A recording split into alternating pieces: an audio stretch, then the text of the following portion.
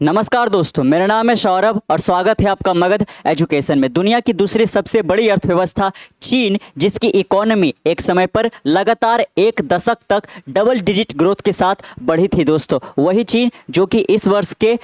Paris Olympic में सबसे ज़्यादा गोल्ड मेडल के साथ पहले पायदान पे रहा था दोस्तों। तो आखिरकार ऐसा क्यों हो गया कि जो इन्वेस्टर है, जो फॉरेन इन्वेस्टर है, आज वो चाइना को अपना इन्वेस्टमेंट हब नहीं मानने लगे हैं। और आपको बता दें कि जो फॉरेन इन्वेस्टर है वो चाइना से इस वर्ष यहाँ पे $15 बिलियन पुल आउट कर चुके हैं। और ना केवल फॉरेन इन्वेस्टर जो यहाँ पे चाइना से अपने पैसे निकाल रहे हैं, बल्कि चाइना के जो खुद इन्वेस्टर है वो आज चाइना से बाहर अपने पैसे इन्वेस्ट करने लगे हैं दोस्तों। तो आखिरकार चाइना का ये जो इकोनॉमिक स्लो डाउन आया है, इसके पीछे वजह क्या है? क्या इसके पीछे ग्लोबल पैंडेमिक जो यहाँ पे हुआ था कोविड पैंडेमिक के रूप में, वो इसके पीछे जिम्मेवार है? और कई सारे यहाँ पे जो अब फाइनेंशियल प्रॉब्लम यहाँ पे देखने को मिल रहा है चाइना के अंदर, क्या वो भारत को किसी प्रकार से फ़ायदा पहुँचा सकता है दोस्तों? जैसा कि हमने 2 दिन पहले ही बात किया था कि जो एप्पल है, जो कि एक एमएनसी कंपनी है, उसका जो भारत में ऑपरेशन होता है दोस्तों, इसका जो यहाँ पे इकोनॉमिक ग्रोथ है वो लगातार बढ़ता जा रहा है। और पिछले 50 वर्षों में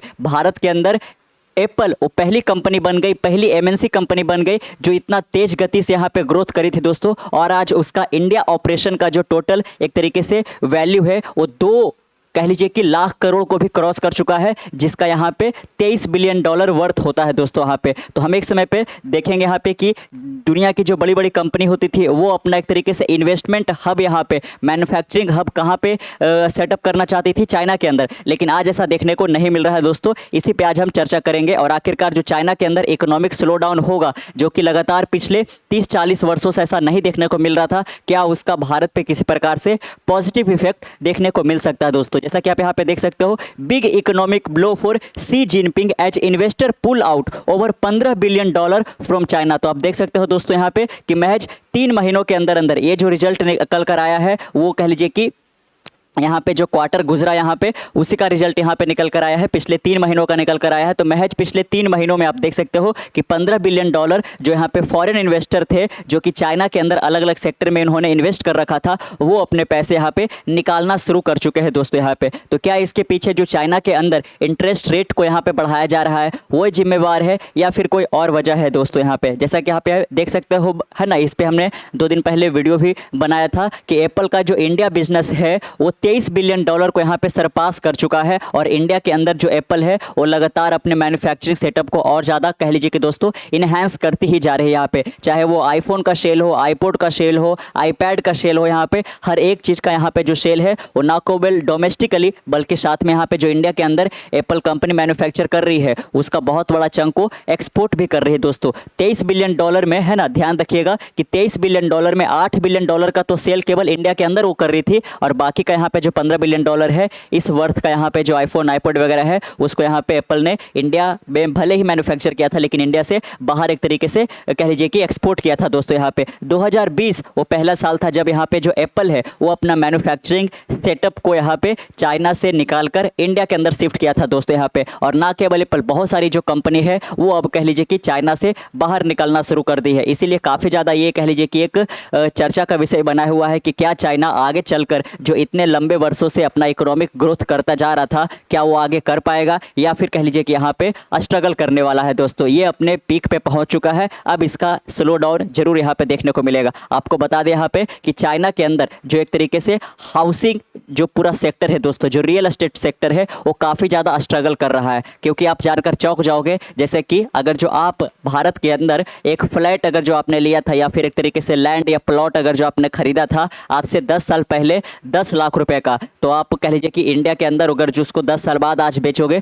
तो आपको हो सकता है कि 3-4 करोड़ मिल जाएगा यहाँ पे। लेकिन चाइना के अंदर इसका उल्टा देखने को मिल रहा है कि जो लोग यहाँ पे आज से 10 साल पहले एक तरीके से फ्लैट वगैरह खरीदे थे 1 करोड़ में, आज उसका दाम चाइना के अंदर महज घटकर 70 लाख, 80 लाख, 50 लाख ऐसे यहाँ पे हो गया है, जो कि काफ़ी ज़्यादा एक तरीके से प्रॉब्लमेटिक होते जा रहा है यहाँ पे। तो पूरा जो housing sector, real estate sector है वो चाइना के अंदर काफ़ी ज़्यादा स्ट्रगल कर रहा है दोस्तों यहाँ पे। और चाइना के अंदर पहले जो इंटरेस्ट रेट था दोस्तों वो काफ़ी यहाँ पे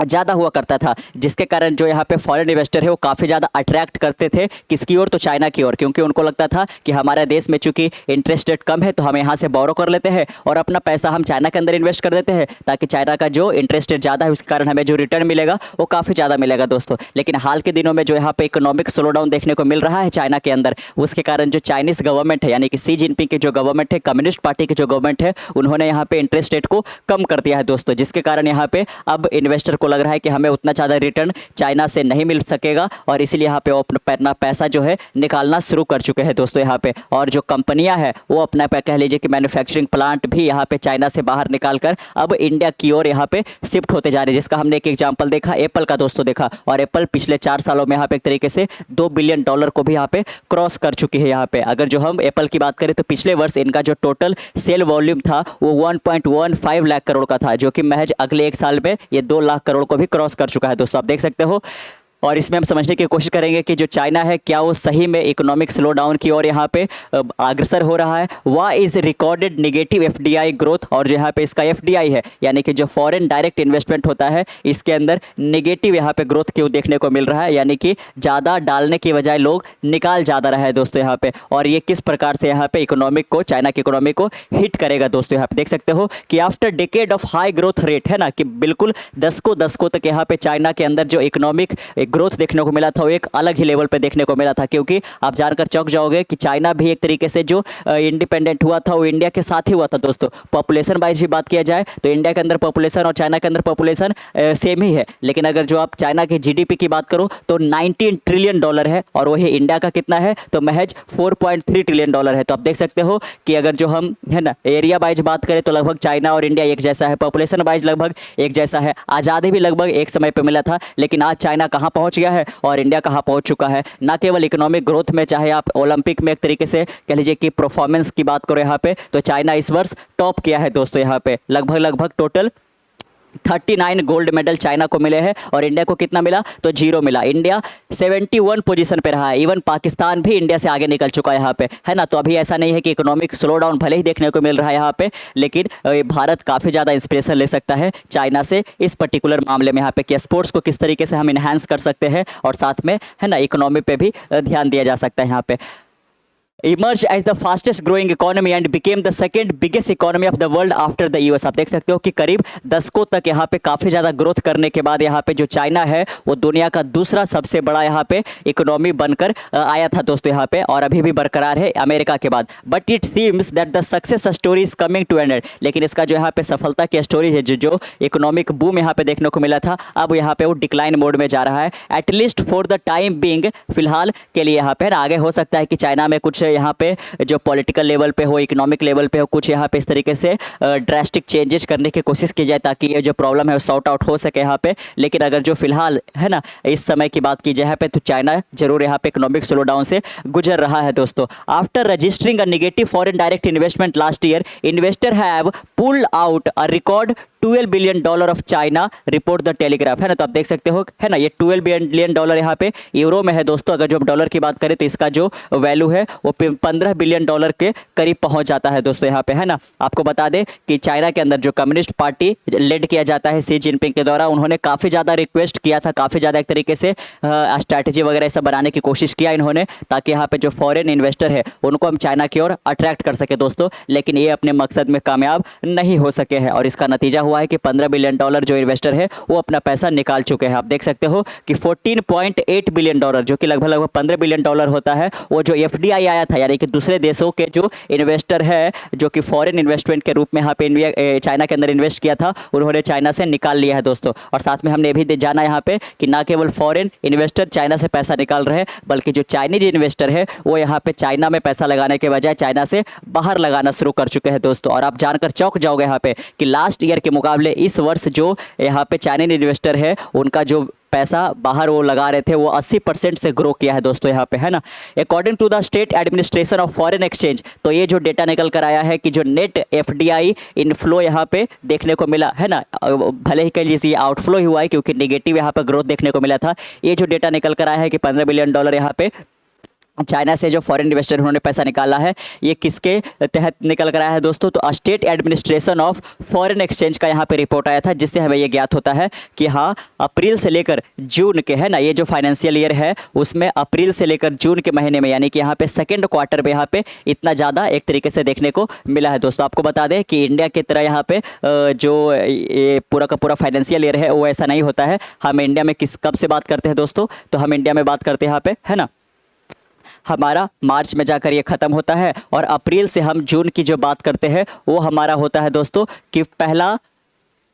क्वार्टर होता है। लेकिन अगर जो हम चाइना की बात करें यहाँ पे, तो जनवरी से लेकर मार्च तक ये पहला क्वार्टर होता है, और अप्रैल से लेकर जून तक ये दूसरा क्वार्टर होता है। तो 2024 का, यानी कि इस वर्ष का जो अप्रैल से लेकर जून का, यानी कि सेकेंड क्वार्टर का जो रिजल्ट आया है, उसमें हमको ज्ञात होता है कि $15 बिलियन यहाँ पे जो फॉरेन डायरेक्ट इन्वेस्टमेंट है वो यहाँ पे चला गया है दोस्तों। This is the second time that investor have pulled out more money than what they have invested in the second biggest economy of the world. और ऐसा दूसरी बार देखने को मिल रहा है। It is ironic that more than an amount of $10 billion was invested in the first 3 months of the current financial year before investor withdrew money। आप देख सकते हो कि इसी वर्ष के जो पहला यहाँ पे क्वार्टर गया, उसमें जो नेट एफडीआई इनफ्लो था दोस्तों, वो $10 बिलियन का था यहाँ पे। यानी कि जो पैसा यहाँ पे फॉरेन डायरेक्ट इन्वेस्टर के रूप में निकाला गया और जो डाला गया, वो डाला ज़्यादा गया था $10 बिलियन। लेकिन सेकेंड ही क्वार्टर में क्या देखने को मिलता है कि $15 बिलियन यहाँ पे निकाल लिया गया दोस्तों। ये काफ़ी ज़्यादा यहाँ पे आयरोनिक सा यहाँ पे लग रहा है यहाँ पे। चलिए और यहाँ पे देखते हैं यहाँ पे कि जो चाइना के अंदर स्ले डाउन हुआ है वो किस प्रकार से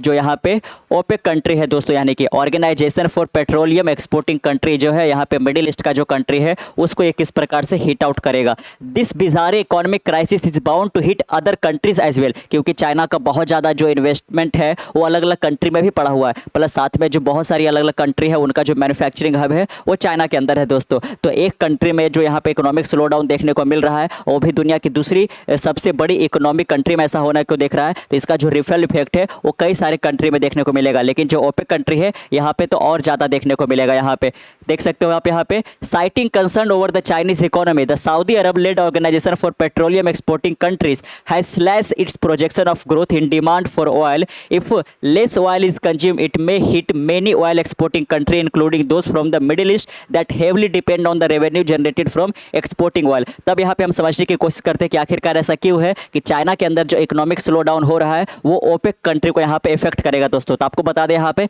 कि चाइना के अंदर आज जो यहाँ पे व्हीकल्स वगैरह का सेल किया जाता है, उसका लगभग यहाँ पे 70% जो है दोस्तों वो इलेक्ट्रिकल व्हीकल सेल किया जा रहा है। यानी कि जो लोग हैं वो यहाँ पे पेट्रोल और डीजल वाले गाड़ी को प्रीफर नहीं कर रहे हैं चाइना के अंदर, वो ज़्यादा किसकी ओर अट्रैक्ट हो रहे हैं? तो ईवी की ओर अट्रैक्ट हो रहे हैं दोस्तों। इसका नतीजा ये होगा कि चाइना जो इम्पोर्ट करता था ओपेक कंट्री से पेट्रोलियम और गैस वगैरह यहाँ पे, वो अब कम करेगा, जिसका नतीजा ये होगा कि जो ओपेक कंट्री है, कह लीजिए कि उनका जो एक तरीके से ऑयल है वो चाइना के अंदर ज़्यादा नहीं जा पाएगा, जो कि चाइना काफ़ी ज़्यादा एक समय पर कंज्यूम किया करता था दोस्तों यहाँ पे। तो कह लीजिए कि इस प्रकार से यहाँ पे ओपेक कंट्री को भी काफ़ी ज़्यादा नुकसान पहुँचने वाला है। यहाँ पे टेलीग्राफ से यहाँ पे बात करते हुए यहाँ पे जो डुंकन विर्गली है, चाइना के जो चीफ इकोनॉमिस्ट है, उनका क्या कहना है दोस्तों? Pantheon macroeconomics said what is going on in that foreign investor are selling asset and exiting China और pulling profit out of China. आप देख सकते हो कि जो बहुत सारे फॉरेन इन्वेस्टर है वो जिनका एसेट था चाइना के अंदर, वो लगातार सेल करते जा रहे हैं और चाइना को एग्जिट करते जा रहे हैं यहाँ पे दोस्तों। इसका मतलब हुआ कि प्रॉफिट को भी पुल करते जा रहे हैं। He further said that company who have export factory are worried about geopolitical tension with the US. यहाँ पे तो यहाँ पे हम देखेंगे कि ग्लोबल पैंडेमिक का बहुत बड़ा जो नेगेटिव इम्पैक्ट है वो चाइना को तो झेलना ही पड़ा। साथ में दोस्तों जो यहाँ पे करेंटली अमेरिका और चाइना के बीच में जो जियोपॉलिटिकल टेंशन है वो भी कह लीजिए इस बात को बढ़ावा दे रहा है कि जो फॉरेन इन्वेस्टर है वो अपना पैसा चाइना से निकालते जा रहे हैं दोस्तों। क्योंकि रसिया के साथ जो यहाँ पे देखने को मिला कि उनका बहुत बड़ा जो चंक था, बहुत बड़ा जो यहाँ पे यहाँ पे फॉरेक्स रिजर्व था दोस्तों, उसको यहाँ पे किस प्रकार से जब अमेरिका ने स्विफ्ट सिस्टम से रसिया को बाहर किया तो उनका सारा का सारा पैसा एक तरीके से धारा का धारा रह गया। इसलिए यहाँ पे अगर जो चाइना के ऊपर अमेरिका कोई इतना बड़ा एक्शन लेता है दोस्तों, तो जो फॉरेन इन्वेस्टर का पैसा है वो भी एक तरीके से चाइना के अंदर लॉक हो सकता है। तो ये भी एक बहुत बड़ा ट्रिगर पॉइंट है दोस्तों इन्वेस्टर के लिए कि वो अपना पैसा अब चाइना के अंदर डालने से डरने लगे हैं यहाँ पे। It is also fact what Western business houses exporting to the US have been near-shoring production to friendlier states such as Vietnam, Mexico to reduce risk to their supply chain। आप देख सकते हो दोस्तों कि जो यहाँ पे इन्वेस्टमेंट जाना था कहाँ पे, चाइना के अंदर, वो अब यहाँ पे कहाँ पे तलाशने लगे हैं, वियतनाम, मैक्सिको और साथ में यहाँ पे इंडिया के अंदर भी काफ़ी ज़्यादा इन्वेस्टमेंट आने लगा है। What amount of FDI has been withdrawn from China recently. तो आपने ये जाना यहाँ पे कि फॉरेन एक्सचेंज के रूप में यहाँ पे या फिर फॉरेन डायरेक्ट इन्वेस्टमेंट के रूप में यहाँ पे $14 बिलियन, यानी कि जो कि है लगभग 14.8 है, जो कि $15 बिलियन के करीब होता है, वो यहाँ पे एक तरीके से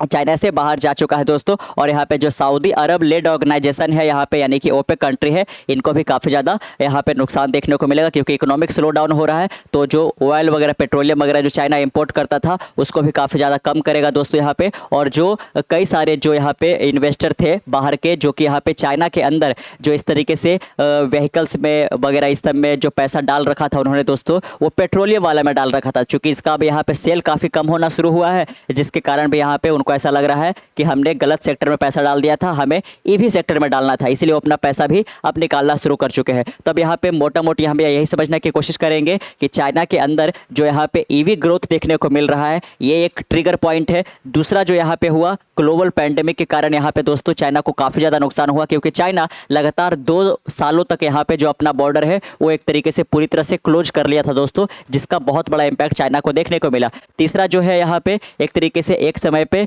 काफ़ी सारे लोग यहाँ पे फ्लैट वगैरह खरीद लिए, इतना ज़्यादा यहाँ पे फ्लैट बना दिया गया, इतना ज़्यादा पैसा रियल एस्टेट में डाल दिया गया दोस्तों कि लोग यहाँ पे उसको खरीद ही नहीं पाए। और आप सीधा सीधा समझते होंगे रियल एस्टेट में कि आपने पैसा डाला है और वहाँ से अगर जो आपको रेंट वसूल नहीं हो रहा है, इसका मतलब आपने गलत इसमें इन्वेस्टमेंट कर दिया दोस्तों। तो ये भी एक बहुत बड़ा कारण है यहाँ पे। और साथ में चाइना ऑलरेडी यहाँ पे इतना ज़्यादा ग्रोथ कर लिया है कि एक समय पर सेचुरेशन आ ही जाता है दोस्तों। और इसके बाद अब चाइना को यहाँ पे नीचे स्लो डाउन यहाँ पे देखने को मिलेगा। और ये अमेरिका के लिए भी है, अमेरिका भी आगे चलकर आपको ऐसा देखने को मिलेगा कि वो स्लो डाउन करेगा दोस्तों यहाँ पे, जैसा कि यहाँ पे चाइना ऑलरेडी एक तरीके से फेस करना शुरू कर चुका है। लेकिन अब यहाँ पे शी जिनपिंग के लिए ये एक बहुत बड़ी चुनौती होगी कि किस प्रकार से यहाँ पे अपने पॉलिटिकल लेवल पे, इकोनॉमिक लेवल पे वो कोई चेंजेस करने की कोशिश करते हैं, जिसके कारण अब जो यहाँ पे इन्वेस्टर है वो चाइना से अपने पैसे निकाल रहे हैं, वो एक बार फिर से यहाँ पे चाइना के अंदर डाल सकते हैं दोस्तों। आपको बता दें कि 2020 में जो ग्लोबल पैंडेमिक हुआ था उसके बाद यहाँ पे एक साल के अंदर चाइना के अंदर बहुत सारा पैसा आया था। अगर जो हम पर्टिकुलरली 2021 की बात करें यहाँ पे, तो काफ़ी पैसा आया था, लगभग $339 बिलियन